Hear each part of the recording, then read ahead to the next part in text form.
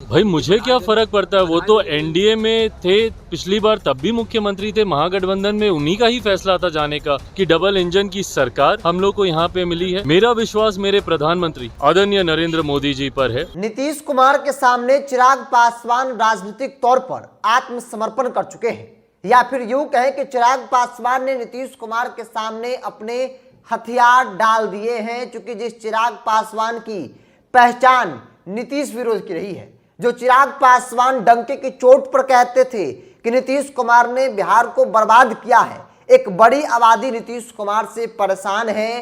अब वो चिराग नीतीश कुमार को स्वीकार करने पर मजबूर हो गए। अब इस बात को समझना है तो चिराग पासवान का कल का बयान आपको सुनना पड़ेगा। जब सवाल किया गया कि चिराग जी क्या नीतीश कुमार के आने से आप खुश नहीं हैं, तो उन्होंने अपनी शब्दों से यह जाहिर किया कि वो खुश हैं। उन्होंने कहा कि सौभाग्य की बात है कि बिहार में डबल इंजन की सरकार मिली है। नरेंद्र मोदी की नीतियों को जमीन पर उतारने का, कम समय में ज्यादा काम करने का जो है मौका मिला है। एयरपोर्ट पर चिराग पासवान ने क्या कहा, पहले उस बयान को आप सुनिए। आप नाराज हैं नीतीश कुमार के 9वें बार मुख्यमंत्री बनने? भाई मुझे क्या फर्क पड़ता है, वो तो एनडीए में थे पिछली बार, तब भी मुख्यमंत्री थे। महागठबंधन में उन्हीं का ही फैसला था जाने का, वो तब भी मुख्यमंत्री थे।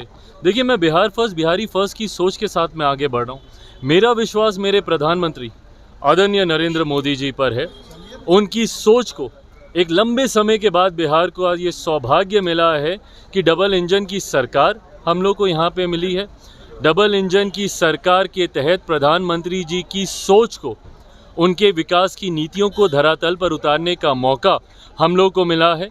ये एक सुनहरा अवसर है जिसका कम समय में ज़्यादा से ज़्यादा लाभ हम लोग को उठाना चाहिए। तो आपने सुना चिराग पासवान को। चिराग पासवान के तेवर, चेहरे की एक्सप्रेशन और बॉडी लैंग्वेज को लेकर भी कई बड़े सवाल थे कि चिराग कितना ज्यादा असहज है, या फिर यूं कहें तो राजनीतिक तौर पर चिराग पासवान काफी ज्यादा कंफ्यूज भी देखे जा रहे हैं। क्योंकि चिराग पासवान की पूरी राजनीति नीतीश विरोध की रही है। ऐसे में अब उस नीतीश कुमार को चिराग पासवान ने भी स्वीकार कर लिया है। लेकिन अब देखने वाली बात होगी कि चिराग तो हथियार डाल दिए हैं, क्या नीतीश कुमार उन्हें माफ करेंगे? चूंकि अब तक कुछ ऐसी तस्वीरें नहीं आई है, चर्चा खूब हो रही है और कहा जा रहा है कि चिराग पासवान का कद जो है वो कमेगा।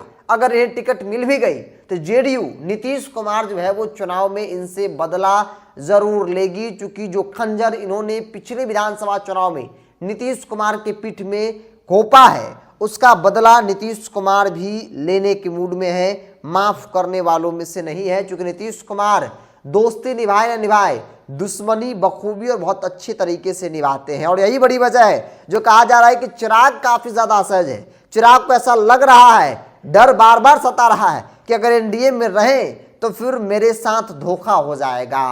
लेकिन अब करे तो करे क्या, मोदी के हनुमान हैं। ऐसे में उनकी पूरी राजनीति नीतीश कुमार विरोध की रही है और नरेंद्र मोदी के हनुमान के तौर पर उनकी पहचान है।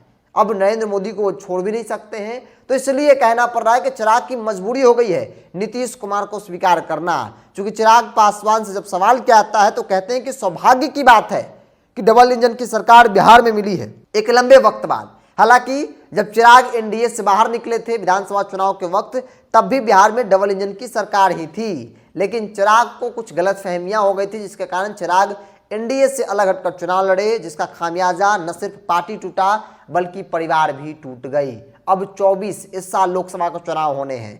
चिराग को कितनी सीटें मिलेगी, क्या होगा, इसको लेकर खूब चर्चा हो रही है। लेकिन उन सब चर्चाओं के बीच चिराग एक लंबे वक्त बाद अपनी जुबान जो है वो खोले हैं और नीतीश कुमार के सामने वो पूरी तरीके से आत्मसमर्पण करते हुए देखे जा रहे हैं। आपकी क्या राय है? आप राय को अपने कमेंट बॉक्स में रखिए। अगर आप मेरे चैनल को यूट्यूब पर देख रहे हैं तो सब्सक्राइब कर लीजिए, फेसबुक पर देख रहे हैं तो पेज को लाइक और फॉलो कर लीजिए।